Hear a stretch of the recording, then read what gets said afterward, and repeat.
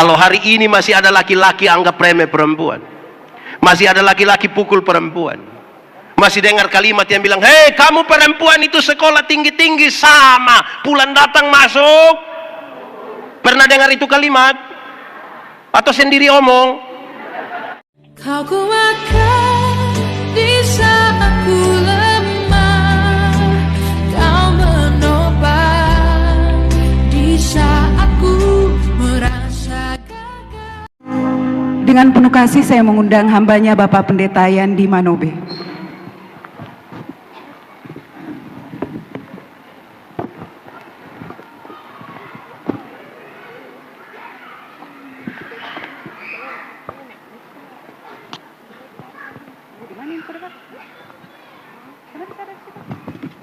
Bapak Ibu Saudara-saudara, mari kita berdoa untuk pemberitaan firman Tuhan. Kita berdoa. Ya Tuhan Allah, kami mohon kepadamu, kuatkanlah dan teguhkanlah iman kami, supaya waktu di mana kami belajar firman Tuhan, biarlah ini menjadi waktu paling baik buat kami. Kami mohon Tuhan, jauhkan semua penggoda pencobaan, biar dalam damai-Mu kami belajar firman Tuhan. Kami rindu pada firman-Mu. Berfirmanlah bagi kami Tuhan, di dalam nama Yesus firman yang hidup itu kami berdoa. Amin. Bapak Ibu Saudara-saudara, dalam sukacita kita di perayaan Natal hari ini, tema kita adalah maka pulanglah mereka ke negerinya melalui jalan lain. Saya pilih satu bagian pembacaan, saya kira ini barang yang biasa kita dengar, tapi semuanya kita renungkan ulang bagian ini. Kitab Kejadian pasal 1 ayat 26. Kejadian pasal 1 ayat 26, firman Tuhan berkata demikian. Berfirmanlah Allah, baiklah kita menjadikan manusia menurut gambaran rupa kita, supaya mereka berkuasa atas ikan-ikan di laut dan burung-burung di udara, dan atas ternak, dan atas seluruh bumi, dan atas segala binatang melata yang merayap di bumi. Demikian firman Tuhan. Berbahagia setiap orang yang mendengar firman, memelihara dan melakukan dalam hidup setiap hari. Shalom. Yang anak-anak semua shalom. Semuanya shalom. Ada anak sekolah minggu tanya saya belum begini, Pak Pendeta, kalau manusia mati jelas, kalau bukan masuk surga berarti masuk, kalau bukan surga berarti, tapi kalau ayam mati masuk di mana Pak Pendeta? Saya juga bingung itu.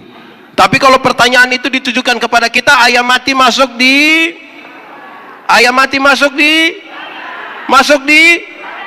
tapi kalau dia mati di hutan tetap masuk juga di situ. Apapun jawaban kita, jawaban itu memberi pesan bahwa manusia berbeda dengan ayam. Amin. Saudara periksa kisah penciptaan. Waktu ingin menciptakan ayam, Tuhan cukup berfirman jadi ayam.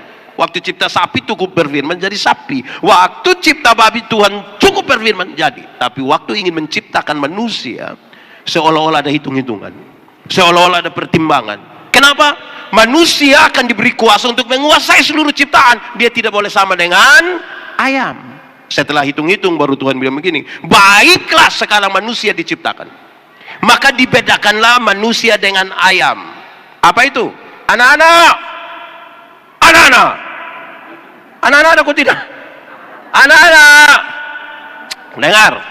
Ayam hanya diberi satu kehidupan saja. Berapa kehidupan? Tapi manusia diberikan 3 kehidupan sekaligus. Berapa kehidupan? Apa itu? 1, manusia diberikan tubuh yang hidup. Diberi apa? Tubuh yang hidup. Tubuh itu apa? Tubuh itu yang ada ini. Manusia itu tubuhnya dari ujung kaki sampai ujung kepala hidup semua. Itu hari kita punya berat badan hanya 37. Sekarang sudah 73. Kenapa? Karena tubuh kita hidup. Itu hari kita pakai celana nomor 27 tidak ada masalah karena perut rata saja. Sekarang perut seperti ada 3, satu di sini, satu lagi. Kenapa? Karena tubuh kita hidup. Saya baru cukur kumis kemarin, sekarang tubuh sembarang saja. Kenapa? Karena tubuh kita. Ibu-ibu, nona-nona baru cabut alis, gambar rapi sekali. Tumbuh lagi kok tidak? Kenapa dia tumbuh? Karena tubuh kita. Tapi kalau baru begitu, manusia belum beda dengan ayam, karena ayam juga bertumbuh. Kedua, ini tidak ada di ayam. Manusia diberikan jiwa yang hidup. Diberi apa? Jiwa itu apa? Manusia diberikan akal dan perasaan. Perjumpaan antara akal dan perasaan membentuk karakter manusia. Ayam itu ada otak atau tidak? Ayam ada otak atau tidak? Ada, tapi dia tidak pakai otak. Makanya tidak ada sekolah ayam. Betul atau tidak? Atau di Pomala ini ada sekolah ayam? Tidak ada. Ayam itu ada hati atau tidak? Namanya hati ayam. Tapi ayam tidak pakai perasaan. Makanya ayam tidak cemburu. Atau ayam-ayam di Pomala ini cemburu? Tidak. Perjumpaan antara akal dan perasaan membentuk karakter manusia. Ketiga, ini tidak ada di ayam. Manusia diberi roh yang hidup. Diberi apa? Roh itu apa? Roh menghubungkan manusia dengan Tuhan. Roh itu mendorong manusia untuk beribadah. Roh itu mendorong manusia untuk mencari Tuhan. Saudara lihat sekarang, punya tubuh yang hidup, jiwa yang hidup, roh yang hidup. Cukup di sini? Tidak, Tuhan tambah. Gambar dan rupaku kuberikan kepadamu. Gambar dan rupa itu artinya apa? Hakikat Tuhan Allah yang kekal dan kudus, mulia dan sempurna dikasih pada manusia. Saudara lihat, tubuh yang hidup, jiwa yang hidup, roh yang hidup, tidak dibatasi oleh ruang dan waktu, kudus dan sempurna. Jadi ciptaan yang bagus itu baru Tuhan bilang begini, manusia, dunia ini kuberikan kepadamu. Engkau yang atur. Dunia ini mau baik tergantung manusia, dunia mau rusak pun tergantung. Tambah satu kalimat, tolong ingat Bapak ini kalimat. Bahkan setan-setan pun harus tunduk kepada manusia. Bahkan apa? Setan-setan pun harus apa? Karena otoritas itu Tuhan berikan bagi kita. Sekarang pertanyaannya jadi gampang. Boleh jawab kuat-kuat. Kita takut setan atau setan takut kita? Boleh jawab. Kita takut setan atau setan takut kita? Saya tidak dengar ini. Kita takut setan atau setan takut kita? Yakin setan takut kita? Berarti perang lawan setan kita menang atau kita kalah? Yakin? Saya mau kasih tahu saudara, kerinduan kita setan takut kita, kenyataan membuktikan kita takut setan. Kerinduan kita menang lawan setan, kenyataan membuktikan kita kalah. Kenapa? Karena ada kerusakan otoritas yang Tuhan berikan bagi kita. Nanti sebentar berkaitan dengan tema ini saya sampaikan. Tapi kerusakan itu yang membuat bukan setan takut kita, kita takut setan. Orang kalau ketakutan biasa ambil langkah sembarang. Amin kok? Orang kalau ketakutan biasa sembarang. Contoh, kalau kita belajar Efesus dia bilang begini, doa yang tiada hentinya membuat iblis ketakutan. Kalau kita berdoa, Efesus bilang, dia seperti panah-panah api yang menembak ini roh-roh jahat, orang begitu. Tapi saudara tahu, saya tidak tahu di sini karena saya baru pertama kali ada di sini. Tapi saya mau tanya saudara, kami di sana itu banyak ibu-ibu hamil keluar malam mereka tidak berdoa. Mereka ambil paku 10 cm taruh di sini. Di Pomala ada, itu ibu ada di sini. Dia pakai baju warna. Kok tadi bilang setan takut kita? Setan mana takut paku? Kalau setan takut paku, minta semua uang kas gereja beli paku. Saudara bagi-bagi saja kepada jemaat. Kadang-kadang saya heran, di kepala mereka sudah taruh paku lagi, gunting lagi, sisir besi lagi. Sebenarnya itu kepala ke toko bangunan. Di Pomala sini ada? Ada. Siapa punya istri? Coba angkat tangan, jujur saja. Kan kita mau dia baik, supaya dia jangan pulang dengan jalan itu lagi. Dia memilih jalan baru, mau kah? Saudara, saya mau tanya, kita tolong jawab dengan jujur. Kalau tangan cek. Kalau tangan kanan gatal artinya? Kalau tangan kanan gatal artinya mau dapat uang? Yakin? Saudara, kalau tangan kanan gatal artinya dapat uang, maka orang Koreng itu pasti kaya raya.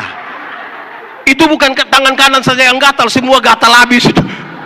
Alkitab kasih tahu, satu-satunya cara untuk orang dapat berkat itu ialah kerja. Apa? Kerja, bukan bagatal. Tidak betul itu. Saudara, saya bawa materi di banyak kota di Indonesia, habis bawa banyak jemaat datang bilang begini, Pak Pendeta, kita foto-foto dulu. Pas kami mau foto begitu, ada yang lari dari belakang bilang begini, jangan 3 orang. Kalau foto 3 orang nanti nanti mau bunuh ini ibu atau nona ini gampang, tinggal bayangkan. Orang ketakutan tuh biasa langkahnya gila. Kerusakan otoritas itu terjadi begitu. Satu waktu saudara, minggu kedua bulan Desember kami ada di gereja, takut akan hujan belum turun, takut kekeringan di tahun berikutnya. Saya bilang kepada beberapa orang, saya bilang begini, hujan belum turun Dorang bilang, proyek pak, proyek. Jadi saya heran, apa hubungan proyek dengan hujan? Mereka bilang begini, Bapak, akhir tahun begini proyek pemerintah banyak Bapak, jadi orang tutup hujan. Saya bilang, oh, hujan bisa ditutup? Iya, bagaimana cara tutup? Saya bayangkan penjelasannya ilmiah. Ilmiah artinya masuk akal dan bisa dipertahankan terus menerus. Saya bayangkan awan hitam yang gelap itu tembak pakai sinar laser kah? Atau pakai efek kaca pantul cahaya supaya bikin itu awan. Saya bayangkan begitulah. Ternyata bukan itu yang mereka maksud. Mereka bilang, permisi Bapak, kita tinggal buang pakaian dalam di atas rumah, hujan tidak turun. Saya bilang, itu celana dalam merek apa itu? Yang kalau buang hujan tidak turun itu. Kalau hujan bisa ditutup, Jakarta itu tidak akan pernah ada banjir. Tidak akan. Tinggal semua warga Jakarta pegang dia punya. Terus gubernur hitung 1. Aneh. Di sini ada yang bisa tutup hujan? Ada yang bisa tutup hujan? Oh, ya, saudara, mari kita lihat. Kerusakan otoritas ini terjadi karena apa? Ringan saja jawabannya. DOSA, dibaca. Dosa itu yang membuat kita ketakutan dan kerusakan otoritas. Pengertian dosa di Taman Eden itu ringan, saudara. Di Taman Eden itu dosa ialah usaha manusia untuk melangkah melewati batas. Dosa ialah usaha manusia untuk melangkah melewati. Adam, semua tanaman dalam taman ini boleh kau makan buahnya, yang itu tidak boleh. Waktu dia mau melangkah melewati batas itu namanya apa? Dosa. Di NTT, minuman keras itu biasa disebut sopi. Di sini apa? Itu sudah. 1-2 orang biasa minum sopi datang bilang ke saya, pendeta, boleh minum sopi kok tidak? Saya tidak tahu. Pendeta apa kita tanya bukan jawab, tapi bilang tidak tahu. Saya bilang begini, ada legenda Yunani tentang pohon anggur. Legenda ialah cerita yang latar belakangnya kita tidak perlu tahu, tidak apa-apa, tapi pesan-pesan moralnya perlu kita pakai. Legenda itu bilang begini, pengusaha anggur yang pertama kali di dunia ialah Nuh. Siapa? Waktu Batra itu kandas di Ararat, air surut, Nuh turun, langsung tanam anggur. Hari pertama, hafal. Hari pertama Nuh siram pakai darah domba. Darah apa? Hari kedua Nuh siram pakai darah singa. Darah apa? Hari ketiga Nuh siram pakai darah monyet. Darah apa? Hari keempat Nuh siram pakai darah babi. Darah apa? Dia bilang, itu artinya apa? Nuh bilang begini, kalau engkau minum satu seloki, tadi pakai darah apa? Tadi pakai darah apa? Domba. Engkau akan tulus seperti anak domba, karena itu tempat minummu di perjamuan kudus. Perbuatlah ini menjadi peringatan akan. Kalau berapa seloki?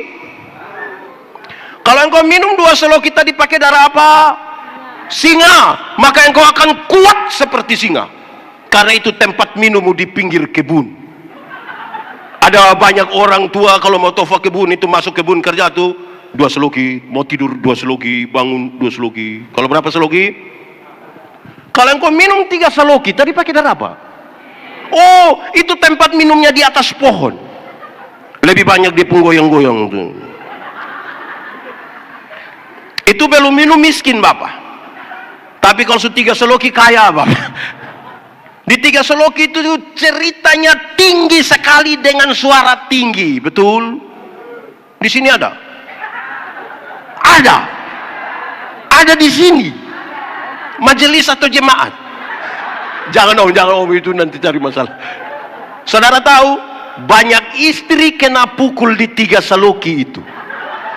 Di sini ada suami-suami biasa pukul istri. Saya balik pertanyaannya. Ibu-ibu yang biasa kena pukul dari suami, coba angkat tangan. Jangan! Berani angkat tangan pulang kena pukul ulang. Kalau engkau minum 4 seloki, tadi pakai darah apa? Babi. Permisi, minta maaf. Lihat babi itu. Makan di mana, tidur di situ, muntah di situ, buang air besar, semua di situ. Dorang tanya saya, jadi pendeta kita berapa slok? Lu pilih sendiri. Tolong jawab dulu. Minum air susu itu baik atau tidak? Baik kalau 1 gelas. Coba minum air susu 1 ember. Bisa gila itu. Kalau air susu yang baik saja melebihi batas bermasalah, apalagi Pak Pendeta, kami di sini 1 selogi saja Bapak, tapi ulang-ulang. Oke, saudara lihat. Waktu manusia melangkah melewati batas itu, dosa mulai kena manusia. Bagaimana keadaan tubuh, jiwa, roh dalam kaitan dengan tema ini. Mari kita lihat satu-satu. Tubuh yang terkontaminasi dosa. Tubuh yang terkontaminasi dosa mengalami 2 pergeseran yang serius. Mereka telah memilih jalan salah di situ. 1. Tubuh yang terkontaminasi dosa hari itu melecehkan perempuan. Adam, kenapa kau makan ini buah? Dia bilang itu perempuan yang Tuhan kasih itu yang buat masalah. Ini kalimat sungguh berbeda ketika pertama kali Adam melihat Hawa. Waktu pertama kali Adam melihat Hawa, dia bilang begini, dialah tulang dari tulangku, daging dari dagingku. Pakai bahasa yang lebih ringan dia mau bilang begini, dia engkau punya tulang itu saya pun tulang, engkau punya daging itu saya punya daging. Kalau engkau sakit, saya ikut sakit. Kalau engkau sedih, saya sedih. Engkau bahagia, saya bahagia. Engkaulah tulang dari tulangku, daging dari. Itu waktu belum jatuh dalam dosa. Setelah jatuh dalam dosa, Adam bilang perempuan sumber masalah, perempuan racun dunia. Bayangkan kalau racun dunia banyak begini. Ini dunia mau jadi apa ini? Saudara lihat, pesannya ringan. Kalau hari ini masih ada laki-laki anggap remeh perempuan, masih ada laki-laki pukul perempuan, masih dengar kalimat yang bilang, hei kamu perempuan itu sekolah tinggi-tinggi sama, pulang datang masuk. Pernah dengar itu kalimat? Atau sendiri omong? Itu tubuh kita bermasalah dengan dosa. Hei saudara-saudara tahu, manusia yang namanya laki-laki butuh menghargai perempuan. Tuhan bilang begini, aku menjadikan bagimu seorang penolong. Kalau ditolonglah minimal terima kasih. Minimal terima kasih itu baik kok tidak? Yakin? Berarti terima kasih itu baik, amin. Kalau begitu saya mau tanya, siapa punya suami yang pagi-pagi ibu buat habis kopi, dia bilang, ma, terima kasih. Ada? Ada? Boleh angkat tangan? Aduh mantap. Ini suami-suami dorong ini kadang-kadang. Istri bikin makan minum mereka tidak terima kasih. Tapi kalau mereka pergi makan di warung sana sudah bayar lagi, terima kasih lagi. Kadang-kadang janji itu, mbak besok saya datang lagi. Wah, memang terlalu sekali. Di sini ada yang begitu. Ada. Siapa punya suami? Coba jujur saja biar kita doakan dia kembali ke jalan yang benar, toh. Amin kok. Mengalah itu baik kok tidak? Mengalah itu baik kok tidak? Yakin? Benar-benar yakin? Kalau begitu saya mau tanya, kan kita berkehendak melakukan yang Tuhan mau kan? Saya mau tanya kita. Setiap kali suami istri bertengkar, siapa mengalah duluan? Suami atau istri? Istri atau suami? Suami atau istri? Istri atau suami? Suami atau istri? Daripada kita bertengkar, kita sama-sama tahu mengalah itu baik. Tapi ketika dua-dua bertengkar, dua-dua tidak mau mengalah. Malam papa tidur di kebun dengan ular. Kalau terpaksa tidur sama-sama, papa hadap kiri, mama hadap. Bicara kok tidak? Tahu juga. Bangun pagi mama tetap bikin kopi tapi tidak pi antar. Mama biasa panggil anak-anak kecil baru bilang begini, lo antar kasih papa. Papa terima kopi di ruang tamu, papa bilang, mama yang suruh kah? Ini anak dari ruang tamu datang, dia punya mama panggil, papa bilang apa? Betul. Di Pomala ada, di Jempol ada. Itu keluarga fam apa? Jadi bukan karena kita tidak tahu. Hei saudara, belajar menghargai perempuan. Amin kak? Saya melayani kira-kira 5 tahun di satu pulau bagian selatan di NTT, Pulau Sabu. Waktu itu saya belum menikah. Kalau jemaat lewat, saya sementara cuci pakaian di sumur. Mereka selalu bilang begini, pendeta, yo, makanya. Saya bilang makanya apa? Orang bilang kawin sudah, saya bilang kamu pun otak ini tidak betulin. Mereka kalau ke rumah pelayan, saya sapu-sapu rumah, orang bilang pendeta, yo, makanya, saya bilang makanya apa? Kawin, kamu punya otak tidak betul. Bapak, kenapa setiap kali kami suruh papa kawin, papa bilang kami otak tidak betul? Saya tanya orang, boleh jawab? Boleh jawab. Saya tanya begini, kalau pakaian kotor, apa yang harus dilakukan? Apa yang harus dilakukan? Cuci, bukan kawin. Hanya orang yang otak miring saja yang pakaian kotor di sini dia pergi kawin di sana, itu tidak benar, tidak betul itu. Kalau rumah kotor apa yang harus dilakukan? Sapu, bukan kawin. Sekali lagi hanya orang yang otak miring yang rumah kotor di sini dia bilang saya kawin dulu biar rumah bersih. Tidak bisa begitu.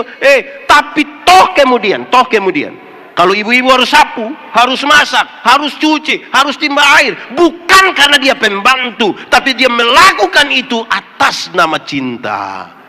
Tepuk tangan dulu kasih ibu. Supaya kita belajar menghargai ibu-ibu kan? Amin kok. Ibu-ibu ini sudah cantik-cantik pakai hijau-hijau lah hari ini. Saya yakin masalah makan siang di rumah tangga hari ini pasti terganggu. Ibu-ibu dongkap salon semua ini kita pusing lah. Tapi sudah hargailah mereka cantik-cantik bikin kita juga senang toh. Iya, itu pertama. Tubuh terkontaminasi dosa melecehkan perempuan. Tapi yang kedua menarik.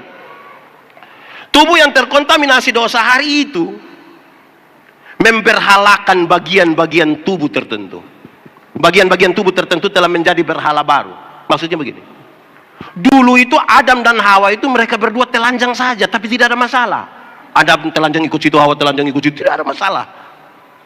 Hari ini kita pakaian mahal-mahal, mewah-mewah semua, tapi masalah banyak sekali. Kenapa? Bagian tubuh tertentu telah menjadi berhala baru. Saya pakai contoh biar lebih gampang. Saudara kalau ikuti semua iklan kecantikan kulit di televisi, seluruh iklan kecantikan kulit di televisi mengarahkan saya dan saudara untuk ambil kesimpulan seolah-olah kalau orang kulit putih pasti lebih baik dari kulit hitam.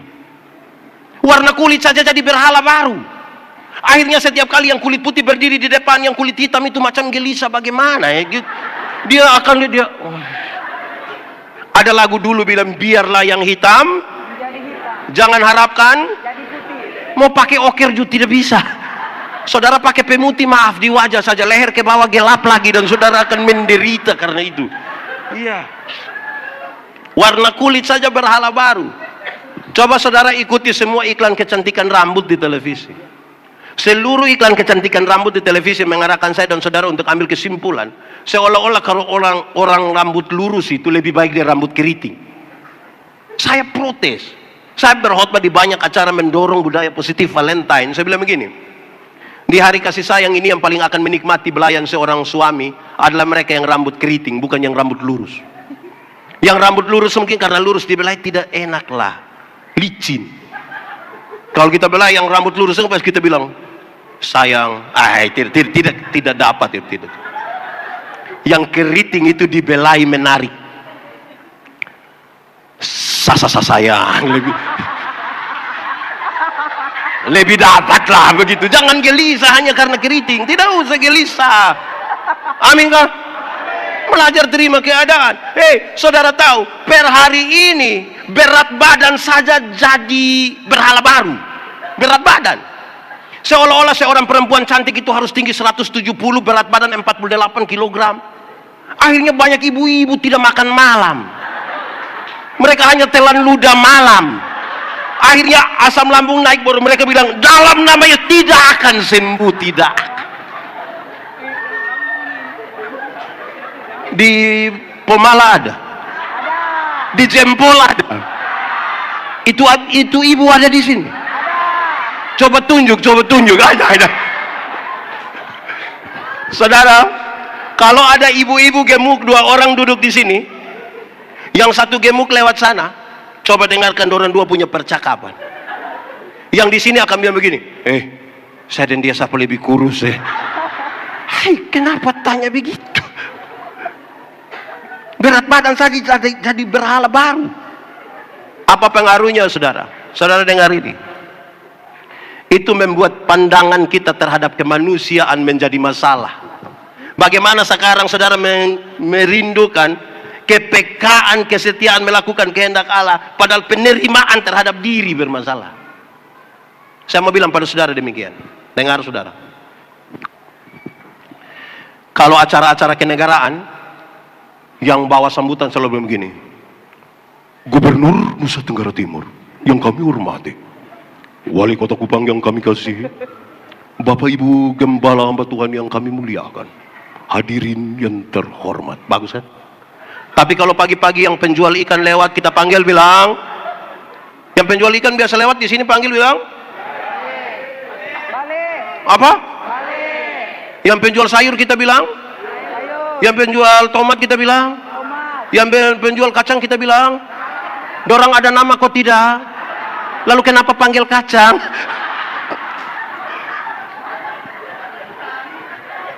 Sudah rapi kok belum? Sudah. Mantap. Saudara, saya tanya pada banyak orang. Saya bilang begini, Bapak, anak ada berapa? Pak Pendeta, saya punya anak 4 orang, Pak Pendeta. Puji Tuhan. Ini anak-anak sudah kerja di mana? Puji Tuhan, Pak Pendeta, yang 3 sudah jadi manusia. Anak ada 4 orang, yang sempat jadi manusia. Lalu yang satu apa? Yang satu itu apa? Saudara tahu, penghargaan kita jadi bermasalah. Coba kita tanya, kalau dia jadi pendeta, manusia kok bukan? Kalau dia jadi polisi, kalau dia jadi anggota dewan, kalau dia jadi bupati, tapi anak-anak SMA, tamat SMA belum ada kerja, kamu punya bapak bilang kamu bukan manusia. Perjumpaan kita dengan kemanusiaan itu berbeda. Akhirnya mengelola kebersamaan, memperkokoh masyarakat damai rukun sulit. Kenapa sulit? Banyak orang tidak mencitrakan dirinya sebagai bagian dari perjumpaan manusia dengan manusia. Pesannya ringan. Kalau hari ini masih ada orang-orang Indonesia Barat merasa lebih baik dari Indonesia Timur, minta maaf, Anda bermasalah dengan tubuhmu. Karena kami tidak pernah memilih menjadi Timur. Saya akan tetap Timur. Ada yang Manado, ada yang Mamasa, ada yang Toraja, ada yang Papua, ada yang Medan, ada yang manapun. Kita tidak pernah memilih, tapi kita bisa hidup bersama-sama. Amin.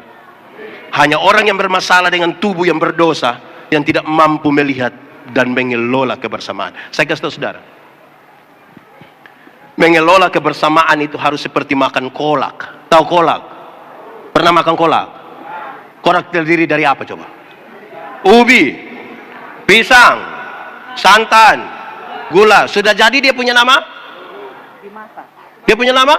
Kolak. Setelah jadi kolak, kita makan pisang masih rasa pisang ke tidak? Masih. Tapi ada cita rasa baru yang ditambahkan sebagai bagian dari sebuah kebersamaan. Tidak ada upaya untuk saling menghilangkan. Kita bisa bersama-sama. Bukan mau makan kolak, nah kita makan pisang di sana, pindah lagi makan ubi di sana, pindah lagi minum santan di sana, baru terakhir duduk di atas kompor di sini untuk masak. Kan tidak begitu. Bisa bergabung semua di sini kan? Mengelola kebersamaan begitu, memperkuat kita pun kehidupan. Jangan kelola kebersamaan itu seperti minum kopi. Tahu kopi? Tahu kopi? Pernah minum kopi? Kopi terdiri dari apa? Kopi, gula. Sudah jadi dia punya nama? Kopi. Lalu yang lain punya nama? Kopi itu terlalu egois. Kita semua tapi nama mesti dia. Kita semua tapi nama mesti dia. Terlalu bikin diri intilah. Jangan begitu. Kita semua penting. Saudara tahu tembok? Tahu tembok? Pernah lihat tembok? Yang mana? Oh itu. Tembok terdiri dari apa? Semen, pasir, air, batu. Sudah jadi tembok begini, pasir kelihatan ke tidak? Kalau begitu kita sepakat, kita garu saja itu pasir kasilang. Dalam sebuah kebersamaan, saudara mungkin tidak kelihatan, tapi bukan berarti saudara tidak penting. Dalam sebuah kebersamaan, saudara mungkin kelihatan karena badan besar, tapi bukan berarti orang lain tidak penting. Amin kah? Saudara, tahun 96 saya pergi sekolah teologi di Kupang. Saya lahir besar di Soe, kira-kira 110 km dari kota Kupang. Tahun 96 saya pergi sekolah teologi di sana. Sebagai laki-laki normal saya suka perempuan. Saya begini-begini suka perempuan. Tapi orang tidak ada yang suka saya. Dulu kan pakai titip-titip salam begitu toh. Dulu titip salam. Kalian bilang begini, Non, salam yang kau punya teman itu Don pikir tahu. Nona, ada salam dari Yandi. Dia punya kalimat menarik. Hei, Yandi itu orang apa? Dari mana? Dia kira saya orang gila mungkin. Dan kasih tahu, Yandi itu orang Timor, dari Soe. Dia bilang apa? Perbaiki keturunan. Dia kira saya keturunan ular beludak. Saya sakit hati saudara, tapi sudahlah. Saya berproses, belajar baik-baik jadi pendeta. Saudara, apalagi sekarang saudara pergi ke daerah-daerah, saudara akan banyak temukan ada banyak baliho, ada flyer tulis bersama pendeta Yandi, pendeta Yandi, pendeta Yandi, pendeta Yandi. Dia yang itu hari tolak. Malam-malam inbox. Saudara, menghargai manusia harus berani dipastikan kan dia manusia. Kenapa saya harus mengasihi seseorang? Karena pada dirinya ada gambar dan rupa Allah. Itu yang membuat saya menghormati dia. Sehingga jabatan bukan urusan, kekayaan bukan urusan, tapi dia bukan material kosong. Ada gambar dan rupa Allah di situ. Amin. Kedua, jiwa yang terkontaminasi dosa. Jiwa yang terkontaminasi dosa, perjumpaan antara akal dan perasaan tidak lagi berimbang. Tidak lagi. Perjumpaan yang tidak lagi berimbang itu membuat mereka saling tuduh satu dengan yang lain. Adam, kenapa kau makan ini buah? Itu perempuan. Perempuan, kenapa makan buah? Itu ular. Baku tuduh, baku tuduh, baku tuduh, baku tuduh. Hari ini, makasih. Hari ini kalau ada orang masih suka baku tuduh satu dengan yang lain, dia punya masalah dengan jiwanya. Di Pomala ada yang suka baku tuduh? Ada. Dia ikut gereja. Ada. Tukang tuduh orang. Hei, interpretasi hanya boleh dibangun di atas data, fakta. Interpretasi itu kira-kira begini. Ada laki-laki dewasa, perempuan dewasa, mereka berdua bukan suami istri. Dorang masuk satu kamar, kunci pintu, kasih mati lampu. Saudara duduk begini, saya datang, saya tanya, siapa di itu kamar? Pak ini dan ibu itu. Pertanyaan kedua, dorang dua ada buat apa di situ? Orang yang jiwanya bermasalah akan bilang begini, tahu sendiri Bapak Pendeta. Tahu sendiri apa? Kok saya tidak tahu, kenapa suruh saya tahu itu barang? Harusnya kalau saya tanya, dorang ada buat apa di situ? Minta maaf Pak Pendeta, saya tidak. Tapi kalau bilang, tahu sendiri Bapak Pendeta, itu positif atau negatif? Makanya kalau mau tambah yang positif. Dorang ada buat apa di situ? Minta maaf Bapak Pendeta, saya tidak tahu. Kemungkinan besar dorang dua ada berdoa Bapak. Dari tadi domba. Saudara tidak yakin dorang berdoa? Dorang berdoa itu. Karena itu interpretasi hanya boleh dibangun di atas fakta. Kalau tidak kita cenderung menuduh. Kadang-kadang kita disesatkan oleh cara berpikir kita. Saya punya satu potongan video yang beredar luas tentang berpikir positif. Di Pomala ini berpikir positif atau negatif? Positif atau negatif? Yakin? Betul? Oke. Dulu swalayan pertama di Kupang itu namanya Dutalia. Kami suka jalan tengah-tengah di situ.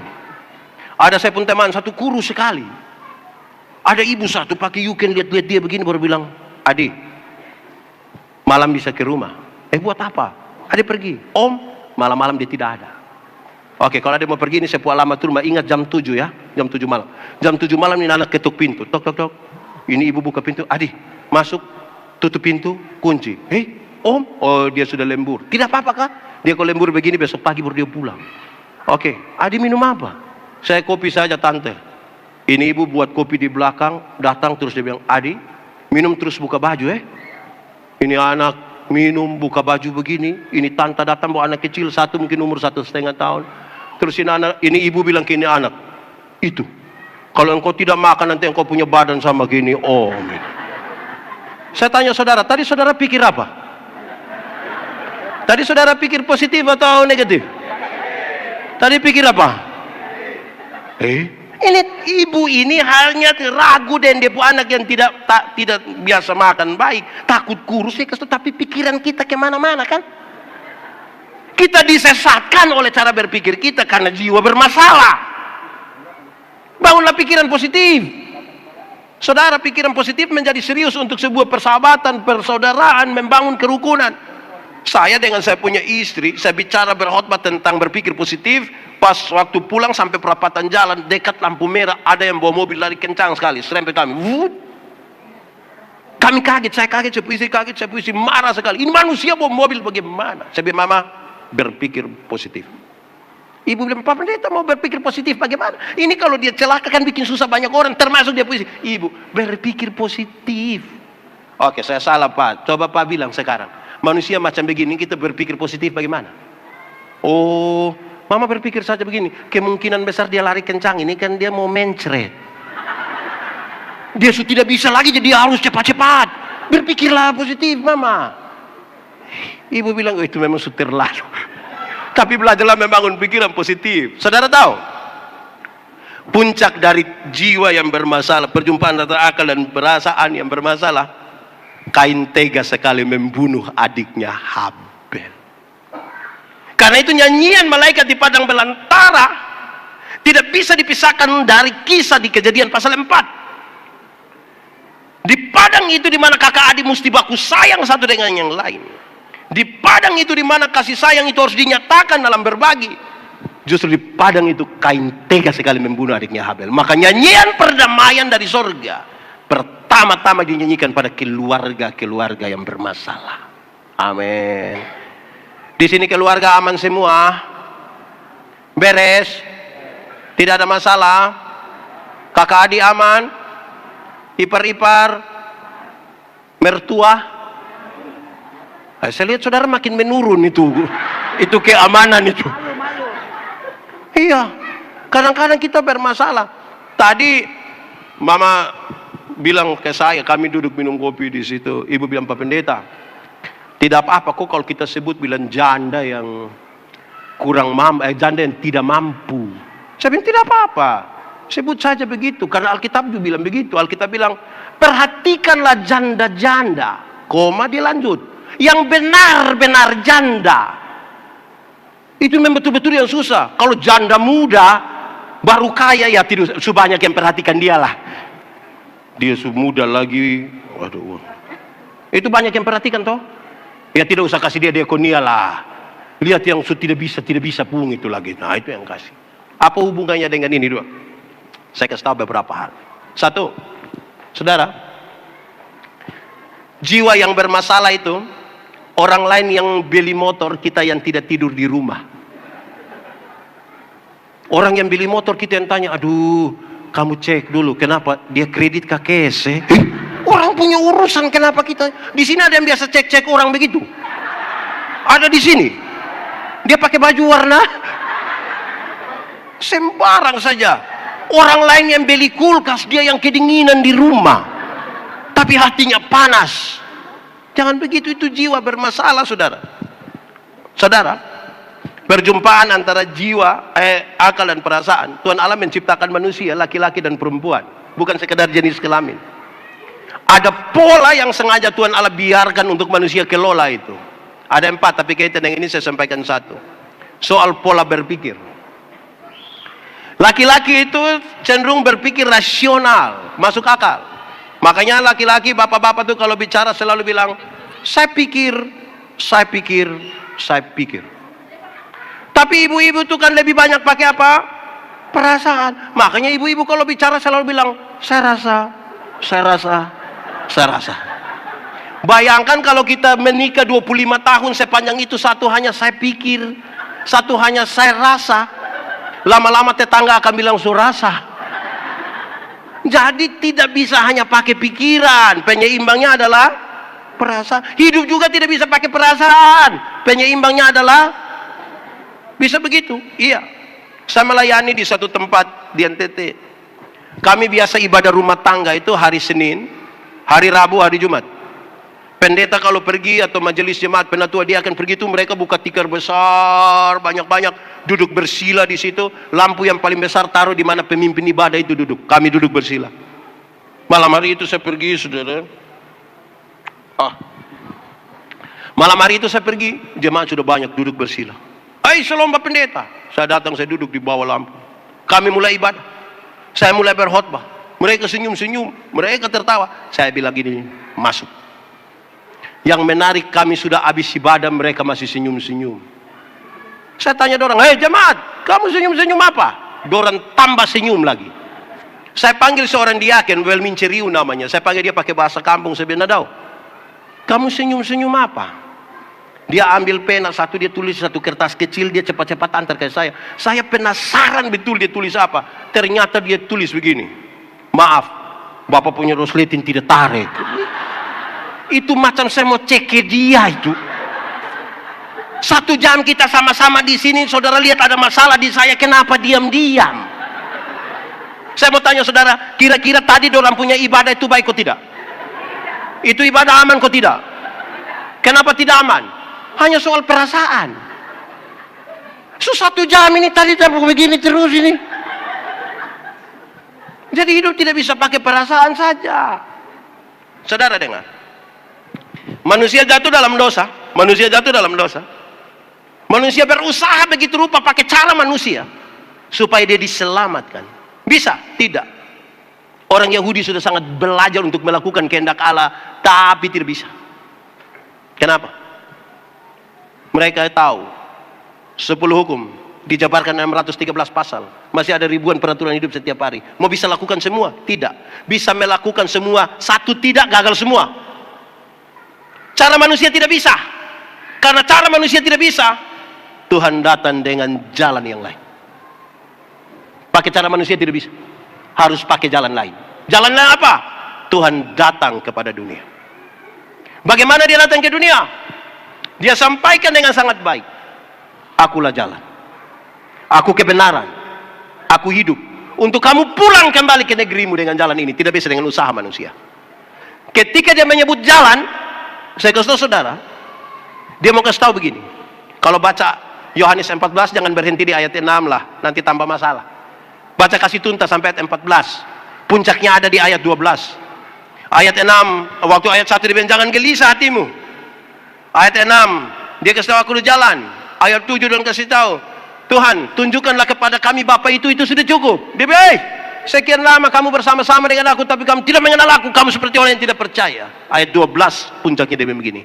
Barang siapa percaya kepadaku, melakukan pekerjaan-pekerjaan yang aku lakukan. I'm the way. Saya metode. Saya cara supaya waktu kamu berjumpa dengan masalah, pakai cara-cara yang aku lakukan. Saudara punya masalah? Tidak usah omong. Saya lihat ini muka masalah semua. Masalah ialah kesenjangan antara harapan dan kenyataan. Nah, mari kita lihat. Satu saat Tuhan Yesus urus seorang perempuan berzina yang kena tangkap. Supaya kalau nanti di sini ada yang berzina, urus pakai cara Yesus. Karena kita mengaku pengikut Yesus. Amin. Di sini ada yang berzina. Saya lihat ke saudara ragu-ragu. Oke. Dia bilang begini. Ketika perempuan itu ditangkap, bawa kepada Yesus. Aturan setempat mengatakan dia harus dilontari dengan batu sampai Tuhan Yesus bilang begini, siapa di antara kamu yang rasa diri tidak berdosa silakan angkat batu dan lempar duluan. Ada yang lempar? Mereka jalan. Tuhan Yesus tanya, dorang di mana? Dorang sepulang Bapak. Tuhan Yesus bilang begini, engkau pergilah dan jangan berbuat dosa lagi. Kalimat itu, engkau pergilah dan jangan berbuat dosa lagi. Tuhan Yesus tidak kompromi dengan dosa. Dosa tetap dosa. Tetapi kepada perempuan pendosa ini, Tuhan Yesus beri kesempatan baru. Bahwa masa lalu tidak bisa dirubah. Tapi masa depan sekarang bisa dirancang di dalam nama Tuhan. Amin. Sekarang saya mau tanya bapak-bapak duluan. Bapak-bapak. Di sini tidak ada bapak-bapak. Bapak-bapak. Satu saat ketahuan istrimu berselingkuh dengan laki-laki lain. Bisa urus kah pakai cara Yesus? Bisa, kan kita mengaku pengikut Yesus. Cari ibu terus bilang begini, mama pergilah dan jangan berbuat dosa lagi. Bisa. Saya rasa saya berat. pasti kita akan bilang, Mama pergilah dan jangan pulang lagi. Saya mau tanya ibu-ibu, ibu-ibu, tidak ada ibu-ibu. Ibu-ibu, satu saat ketahuan suamimu berselingkuh dengan perempuan lain, bisa urus pakai cara Tuhan Yesus?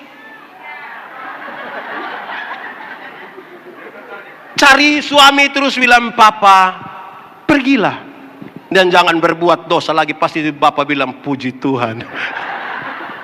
Banyak ibu-ibu tidak begitu. Kami pendeta urus banyak masalah. Banyak ibu-ibu yang ketahuan suaminya berselingkuh, dia berdiri di pintu baru pakai bahasa Kupang, dia bilang begini, lu kira lu sendiri yang bisa?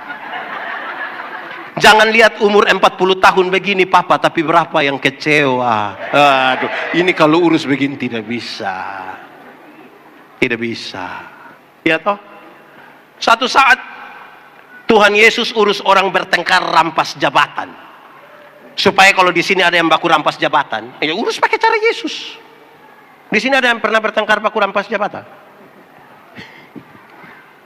Murid-murid sementara bertengkar siapa terbesar di antara mereka. Yakobus bilang dia, Yohanes bilang dia, Petrus bilang dia. Tuhan Yesus tidak marah. Jabatan itu kebutuhan. Prosesnya menjadi penting. Apa yang Tuhan Yesus buat? Dia ambil satu anak kecil, dia taruh di antara mereka. Terus dia bilang begini, barang siapa mau menjadi yang terbesar di antara kamu, hendaklah dia menjadi yang selesai. Tidak pakai pendekatan dan sekda. Tidak usah pikir tahu bilang kita keluarga. Tidak usah. Saya punya potongan video satu beredar ketika saya berkhotbah, saya bilang begini. Tahun 2009 saya ketua Panwaslu. Saya begini ketua Panwaslu. Saya juga heran. Datang 1-2 caleg, mereka tanya saya. Satu caleg tanya saya, pendeta, yo, saya bisa jadi anggota dewan kok tidak? Saya bilang yang macam Bapak begini tidak bisa. Bapak tidak bisa. Hei, pendeta yakin sekali. Saya yakin. Kenapa? Bapak ini saya minta jadi penatua untuk urus 20 kakak saja Bapak tidak mau. Tapi Bapak mau urus ini dunia begini besar, saya yakin tidak jadi. Habis pemilu ternyata dia tidak terpilih. Dia datang cari saya, dia bilang, Bapak pendeta, yo, ternyata Bapak mulut panas betul. Saya bilang ini bukan soal mulut panas, Anda yang tidak terbiasa setia pada perkara-perkara yang kecil. Alkitab bilang, kalau engkau setia pada perkara-perkara yang kecil, kepadamu dianugerahkan. Anugerahkan itu berarti duduk diam-diam kok Tuhan kasih. Bukan mau pemilu baru kasih tahu bilang, Pak, kita 2 saudara. Saudara apa muka beda? Tidak bisa begitu. Setia saja pada perkara-perkara yang kecil. Amin. Satu saat Tuhan Yesus bicara, mengajar orang tentang sebuah ketimpangan sosial. Cara yang Tuhan Yesus pakai ini agak bermasalah bagi kita. Tuhan Yesus bilang begini, kawan, kalau ada orang menampar pipimu yang kanan, berikanlah pipimu yang kiri. Bisa? Di Pemala ada yang bisa? Saya taruh dia di sini, Pak pendeta minta tolong ini lagi karena bisa. Apa maksud Tuhan Yesus? Apa dia mau buat kita bodoh? Tidak. Menampar pipi kanan selalu akan melakukan dengan 2 cara. Pertama, menampar pipi kanan harus pakai tangan kiri. Tradisi Yahudi mengatakan tangan kiri hanya boleh dipakai untuk pegang barang yang haram. Kedua, menampar pipi kanan akan pakai punggung tangan kanan, backhand itu. Tradisi Yahudi mengatakan punggung tangan kanan hanya boleh dipergunakan oleh para tuan menampar budak-budaknya. Sekarang Tuhan ajar, kalau ada orang menampar pipimu yang ini, menganggap engkau budak atau haram, berikanlah pipi kirimu, supaya dia tahu di hadapan Tuhan kita sama. Tidak ada orang satupun yang bisa merendahkan yang lain. Satu saat Tuhan Yesus urus sebuah ketimpangan pajak. Ini barang suka begini, kenapa? Bicara tentang ketimpangan dia miring-miring. Tuhan Yesus urus sebuah ketimpangan pajak, kesenjangan sebenarnya. Pertanyaan ini berat dari segi resiko, bukan jawaban. Boleh bayar pajak kepada kaisar atau tidak? Ini pertanyaan dari segi resiko bermasalah. Kenapa? Kalau Tuhan Yesus bilang boleh bayar pajak kepada kaisar, ribuan orang pengikut Yesus akan meninggalkan Yesus karena pajak waktu itu terlalu mahal. Tapi kalau Tuhan Yesus bilang tidak boleh bayar pajak kepada kaisar, maka Tuhan Yesus akan dianggap memprovokasi masyarakat untuk melawan pemerintah. Dia pasti akan ditangkap. Lalu Tuhan Yesus bilang begini, tunjukkanlah kepadaku koin untuk pembayaran pajak itu. Tuhan tanya, gambaran tulisan siapa? Kaisar. Berikan pada kaisar apa yang wajib kau berikan pada kaisar. Tapi berikan pada Tuhan apa yang wajib kamu berikan pada Tuhan. Ini bukan soal uang. Ini bukan soal perpuluhan. Gambar dan tulisan siapa? Kaisar. Karena pada uang itu ada gambar dan tulisan Kaisar, berikan kepada dia. Berikanlah uangmu pada Kaisar. Tapi Alkitab mengatakan, pada tubuhmu ada gambar dan rupa Allah. Uangmu kasih Kaisar. Tapi berikanlah dirimu kepada Tuhan, bukan uangmu. Supaya jangan ada orang yang, Pak Pendeta, saya memang tidak pergi ke gereja Bapak, tapi saya pun persembahan memang pergi terus Bapak. Di surga tidak ada kios jual Indomie. Kita tidak lagi kumpul uang untuk mau bangun kios. Di sini ada yang tidak datang tapi kirim uang. Saya mau tanya, kenapa ibadah malam ini ibu mama-mama lebih banyak dari bapak-bapak? Kenapa? Ini mama janda semua. Ya kalau ada kerja itu soal lain Tapi saya mau bilang begini saudara. Ada bapak-bapak pemalas gereja. Pendeta pergi bilang, Papa, kenapa tidak ke gereja? Kenapa kasih tinggal mama pergi sendiri? Dia bilang, Bapak Pendeta, waktu Bapak kasih nikah saya dengan mama, kami dua telah menjadi satu. Jadi kalau ibu sudah pergi, itu sama dengan Papa juga sudah. Di sini ada yang begitu? Ada. Siapa pun suami, coba jujur saja. Ibu-ibu dan juga satu, ini ibu-ibu dan juga satu ini. Siap cantik-cantik begini datang gereja jalan sendiri. Terus pendeta bilang, ibu, suami. Terus tahu sendiri Pak. Kenapa sudah tahu suami begini menikah dengan dia? Kenapa mau ambil risiko? Saudara, orang yang jiwanya bermasalah akan repot di sini, saudara. Untuk mau datang kepada Tuhan dengan cara yang benar. Anggap saja saya dengan kakak ini, kami dua tidak kenal. Memang kami dua tidak kenal. Saya dapat dia punya nomor HP, saya telepon dia, Kak, sebentar malam jam 12 ketemu saya di depan rumah jabatan bupati. Dia mau ke tidak? Dia mau ke tidak? Oke. Dia ada ayam satu di rumah, kami dua tidak kenal. Saya pergi ke dia rumah, kira-kira dia kasih saya itu ayam ke tidak? Oke, saya ganti pertanyaannya. Saya mau kasih dia mobil baru 10 km, saya mau kasih cuma-cuma. Dia mau ke tidak? Mau. Terus saya beli kasih dia mobil mewah satu. Toyota Alphard satu. Atau Pajero Sport cukuplah. Waktu dia dapat dengan cuma-cuma ini Pajero Sport dari saya, ada perubahan perilaku dari dia ke saya ke tidak? Saya telepon jam 12 malam, dia datang ke tidak? Saya pergi ke dia rumah ada ayam, dia kasih ke tidak? Kenapa dia tiba-tiba baik begini? Karena dia sudah menerima sesuatu dengan cuma-cuma. Jalan yang Tuhan pakai untuk datang menebus dan menyelamatkan manusia telah dia terima dengan cuma-cuma. Seluruh kebaikan yang dia buat, tanda syukur dia atas jalan itu. Dia tidak mungkin akan mencari hal-hal yang tidak berkenan, karena dia tahu betapa sulitnya ketika dia jalan itu. Refleksi dari Lukas pasal 2 jelas. Mereka tidak boleh pulang lewat jalan itu. Tadi ketika mereka datang, waktu kasih tahu raja bahwa ada raja baru lahir, apa yang dipikirkan oleh raja? Pembunuhan, penghancuran generasi. Jangan pulang lagi lewat jalan-jalan yang menghancurkan itu. Kamu harus pilih jalan lain yang membawa engkau pada kebaikan demi kebaikan. Tapi sekaligus refleksi ini yang saya bawa untuk kita tahu bahwa pakai cara manusia itu tidak bisa lagi. Kita butuh memilih cara lain. Dan cara itu adalah cara Tuhan. Saudara, tadi hujan.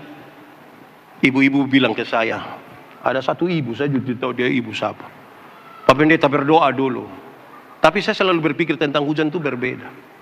Kalau hujan turun saya selalu bilang, apalagi mau acara baru hujan turun, saya selalu bilang begini, hujan selalu mengajarkan paling tidak 3. Satu, hujan mengajarkan kepada kita untuk duduk semakin rapat. Kalau tidak hujan itu anak masing-masing duduk di sudut. Tapi tadi waktu hujan saya datang semua rapat di sini Bapak. Bersatu kan? Kedua, hujan mengajarkan kepada kita supaya bersuara makin kuat. Di tengah-tengah perubahan zaman yang sangat keras ini, sangat cepat, kita belum siap untuk satu perubahan berikutnya sudah datang. Kalau suara kenabian gereja makin redup, kita tidak kuat melawan perubahan zaman ini. Mesti lebih kuat. Ketiga, kaitan dengan teks ini. Saya mau kasih tahu. Ada teka-teki dulu. jatuh di bawah, cari di atas. Apakah itu? Apakah itu? Hujan ke seng bocor itu, kan dia menetes di bawah, kan kita cari begini. Betul kok tidak? Tidak mungkin dia menetes di sini terus kita cari tidak tahu bocor di mana, kan tidak mungkin begitu. Jatuh di bawah, cari di atas. Artinya seluruh persoalan yang terjadi di dunia ini harus cari jawabannya di mana? Apalagi kisah Natal. Kisah Natal kalau kita cari jawaban di bawah, orang akan pakai logika begitu rupa untuk menolak Natal. Bagaimana seorang perempuan yang tidak pernah bersentuhan dengan laki-laki mengandung? Logis. Kalau cari jawabannya semakin di bawah, kita makin tersesat. Jawabannya harus dari mana? Itu serius bagi kita. Jiwa. Jiwa. Saudara, ada teori bilang begini. Laki-laki melihat perempuan, tapi perempuan melihat perempuan. Kami laki-laki, kami bapak-bapak, kami suami-suami, kalau duduk sama-sama tiba-tiba ada perempuan cantik satu lewat, itu serempak kami punya kepala akan begini. Tapi kalau istri duduk di sebelah dan lihat begitu akan jadi masalah. Itu perempuan cantik lewat, kami punya kepala, kami tahan, tetap saja. Hanya mata yang pindah. Laki-laki melihat perempuan, tapi perempuan melihat perempuan. Perempuan, ibu-ibu, nona-nona duduk sama-sama, laki-laki ganteng satu masuk, orang biasa-biasa saja, standar, tidak histeris, biasa, ringan. Jangan coba-coba yang masuk ibu-ibu, nona-nona. Sepatu agak tinggi, rok agak pendek, tas agak besar. Saudara lihat ibu-ibu punya siku dan bibir. Untuk kasih tahu teman di sebelah, dia pakai siku bilang begini. Yang di sebelah sudah lihat dia pakai bibir baru bilang. Kadang-kadang 3, 1, 2. Betul. Di jempol ada. Itu ibu dong ada di sini. Tadi dong menyanyi kok tidak?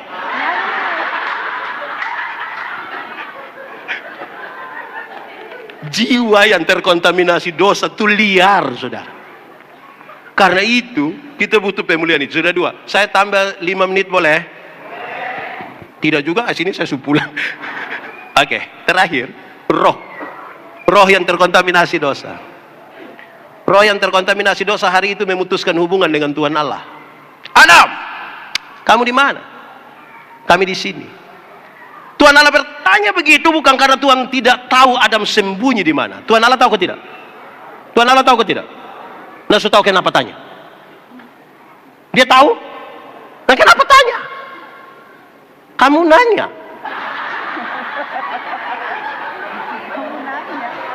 Kira-kira dulu Adam berani bilang begitu? Adam, kamu di mana? Kamu nanya. Kamu bertanya-tanya.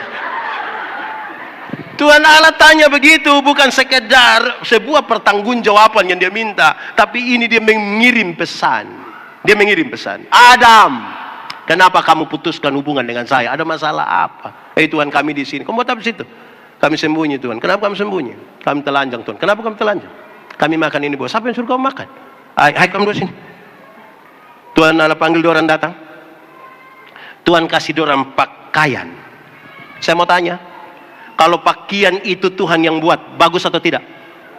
Pasti bagus. Tapi setelah dapat pakaian itu, dapat makanan, Tuhan bilang apa? Keluarlah dari taman Firdaus. Keluar. Saudara, tinggal di luar Firdaus ada pakaian yang bagus atau tidak? Ada atau tidak? Ada. Tinggal di luar Firdaus ada makanan atau tidak? Ada. Tapi tinggal di luar Firdaus berarti mereka tinggal di luar dari inti kehidupan. Tuhan mau kasih tahu, inti kehidupan tidak ada pada pakaian, tidak ada pada makanan. Kamu harus cari jalan yang lain kalau selama ini yang kita cari hanya untuk pakaian dan makanan. Untuk apa badan bagus-bagus, pakaian ketat-ketat, hidup kaya raya, mati masuk neraka. Kurus-kurus, susah-susah, lemah-lemah, mati masuk surga. Mana yang baik? Badan bagus-bagus, pakaian ketat-ketat, mati masuk neraka. Kurus-kurus, susah-susah, mati masuk surga. Mana yang baik? Mana yang baik? Dua-dua tidak baik. Yang bagus itu badan bagus-bagus, pakaian ketat-ketat, hidup kaya raya, mati masuk. Tapi kita Tuhan baru kasih sedikit kepercayaan, kita langsung lupa Tuhan. Tagal Tuhan kasih dia kulit lebih putih sedikit dari orang lain, dia sombong. Dulu belum sukses itu datang gereja. Setelah mulai sukses selalu ada alasan tidak datang. Dia suami yang RT, suruh panggil dia ibu RT. Yang suami itu yang kepala sekolah, dia suruh panggil dia mama kepsek. Lama-lama dia tanda tangan rapor. Karena itu kepada penjahat yang bilang begini, Yesus, ingat aku kalau engkau datang sebagai raja. Tuhan Yesus bilang apa? Hari ini juga, hari ini aku bersama-sama dengan kamu di dalam mana? Hari ini aku membawa kamu kembali ke dalam inti kehidupan. Karena kemarin kamu diusir dari Firdaus. Berarti inti kehidupan bukan pada makanan, bukan pada pakaian. Tuhan Yesus datang ke dunia dalam peristiwa Natal. Bukan untuk membuat orang sakit jadi sembuh. Walaupun bisa dia buat, itu bukan tujuan. Ingat, ada banyak orang yang tidak kenal Tuhan malah lebih sehat dari kita. Yang tukang minum sopi itu dia minum dari 3 hari lalu sampai tadi pagi, istirahat sedikit minum ulang, dia tidak tahu sakit. Kita yang mengaku kenal Tuhan ini kena gerimis sedikit pulang pilek. Hujan. Jatuh di bawah. Cari di. Kamu nanya. Oke, lanjut. Tuhan datang ke dunia bukan untuk bikin orang miskin jadi kaya, walaupun bisa dia buat. Ada banyak orang yang tidak kenal Tuhan malah lebih kaya dari kita. Itu koruptor, orang itu kaya-kaya semua. Orang punya rumah 2, 3, 4, 5 sampai tidak suka tinggal di orang rumah, dompi tinggal di penjara sana. Tapi orang kaya-kaya. Kita yang mengaku kenal Tuhan ini, sedikit-sedikit garam habis, sedikit-sedikit pulsa habis. Mau jahit pakaian seragam hijau saya pakai bayar 6 kali. Padahal kenal Tuhan. Lalu pertanyaannya, Tuhan datang ke dunia untuk apa? Jawaban Yesus ini menjadi penting. Dia datang ke dunia untuk apa? Menebus dan menyelamatkan saya dan saudara. Ini jalan lain yang dia pilih. Carilah dahulu kerajaan Allah dan kebenarannya. Selamat dulu, baru yang lain itu di kekayaan, kehormatan di, umur panjang di, jabatan di, istri di. Omong istri tambahkan nih, ibu-ibu muka merah semua. Ya, saudara, saya mau kasih tahu saudara, yang hanya fokus pada kehidupan jasmani, saudara harus pilih jalan lain. Hidup manusia 70 tahun, kuat 80, tapi itu tambah asam urat, tambah macam-macam. Ada beredar di grup-grup WA tuh bilang begini, di umur 50 tahun cantik atau tidak cantik sudah tidak penting. Sudah tidak bisa disembunyikan lagi di balik lipstik dan bedak. Waktu umur 20-30 itu yang kita rasa ke pipi nih kinclong. 50 meleleh. Saya punya teman waktu kami SMA, dia tato lambang Guns N' Roses yang ada pangku kaki begini. Melukis, gagah, kulit bagus lagi, warna bagus, tato lagi, kontras mantap. Itu SMA. Dia umur 43 tahun, waktu dia sakit saya lihat dia tuh saya sedih. Itu tato itu bukan orang pangku kaki, sama kayak orang menyembah begini. Tidak bisa. Lemah. Ibu-ibu. Kalau ada yang datang tanya, ibu umur berapa? Terus ibu kasih tahu 50. Dia sengaja kaget bilang, hah? 50? Macam ke 35. Jangan percaya. Jangan percaya. Masa 50 sama ke 35? Nah yang 15 di mana? Kalau ada yang datang tanya bilang, ibu jalannya ibu punya anak nona, terus dia tanya, siapa itu? Itu saya punya anak nona yang pertama. Dia sengaja kaget bilang, hah? Anak nona? Macam kakak adik. Jangan percaya. Jangan percaya. Masa anak nona sama kayak kakak adik dan dia punya mama? Itu hanya 2 kemungkinan. Pertama, kemungkinan besar dia punya anak punya muka itu terlalu tua. Makanya dia punya mama itu beda tipis. Atau yang kedua, kemungkinan besar dia punya mama menikah terlalu muda. umur 8 tahun sudah nikah. Makanya dia anaknya itu jaraknya tipis, saudara. Jangan bangga. Di usia 60 tahun, ada jabatan atau tidak ada jabatan tidak penting. Su pensiun. Waktu kita masih aktif itu yang anak buah datang, siap, laksanakan, lanjutkan, hormat, kerjakan. Ah, itu aktif. Sudah pensiun, mau terima pensiun di kantor pos, itu anak kecil yang baru honor 3 bulan lalu, itu bisa pandang remeh kita. Dilihat kita dari jauh, baru dipakai bahasa Kupang, dia bilang, tua, amankah tua? Wih, itu sakit hati, Bapak. Umur 70 tahun, rumah besar atau rumah kecil sama saja. Apalagi rumah tingkat. Kau su pakai tongkat mau naik di lantai 2 begitu. Oh. Umur 80 tahun, kalau Tuhan izinkan kita umur panjang, kaya atau miskin sudah tidak penting lagi. Di Kupang tidak mungkin kita beli sei babi 2 kilo makan sendiri, sudah tidak bisa lagi. Tidak mungkin lah. Kolesterol, asam urat, taruh ring di sini. Orang tidak ada gigi lagi, jadi orang kunyah kita tidak kunyah, kita mall saja. Oh, bagaimana? Terbatas. Cucu dong senang-senang lari-lari begini kan, opa senang toh. Terus opa yang cucu paling besar dia bilang, opa mau makan apa biar kakak bagi ya?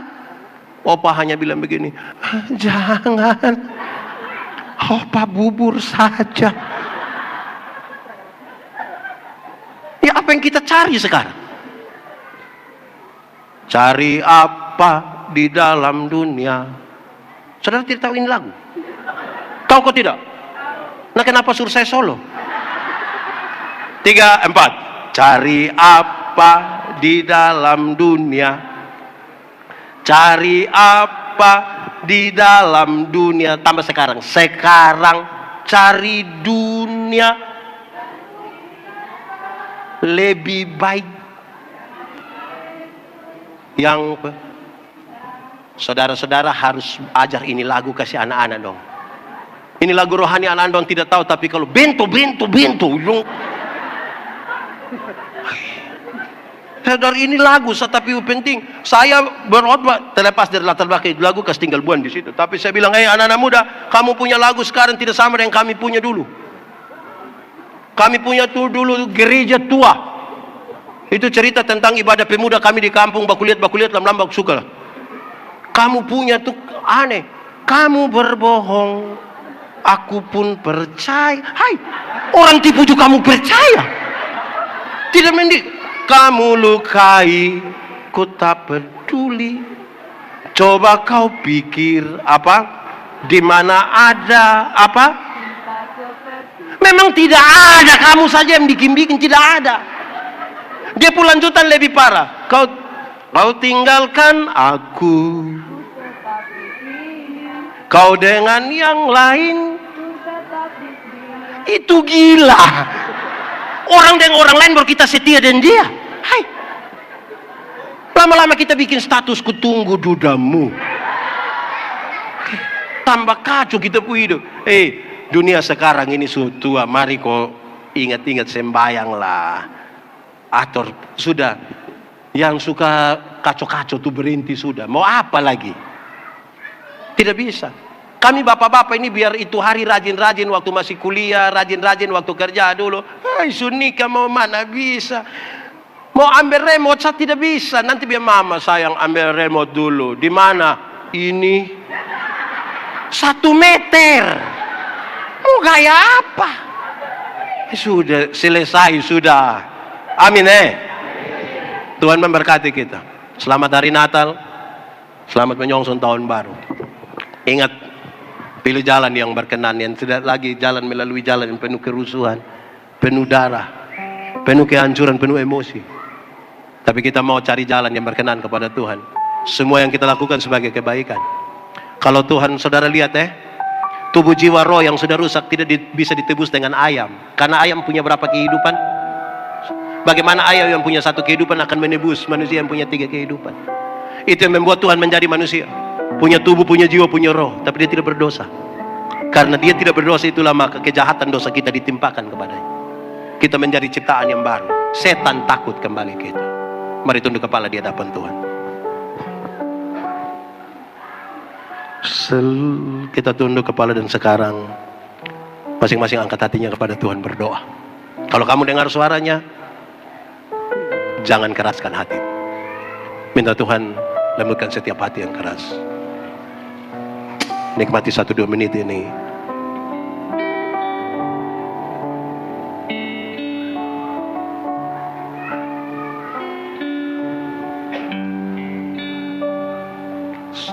Terima kasih Tuhan untuk firman. Kami renungkan dalam keterbatasan kami, tapi kami percaya kalau Tuhan di dalam kami dan kami dalam Tuhan, benih-benih firman-Mu akan bertumbuh dan berbuah dalam hidup kami. Firman-Mu menjadi pelita bagi kaki kami, terang bagi jalan kami. Amin. Pemberitaan firman Tuhan selesai, Tuhan.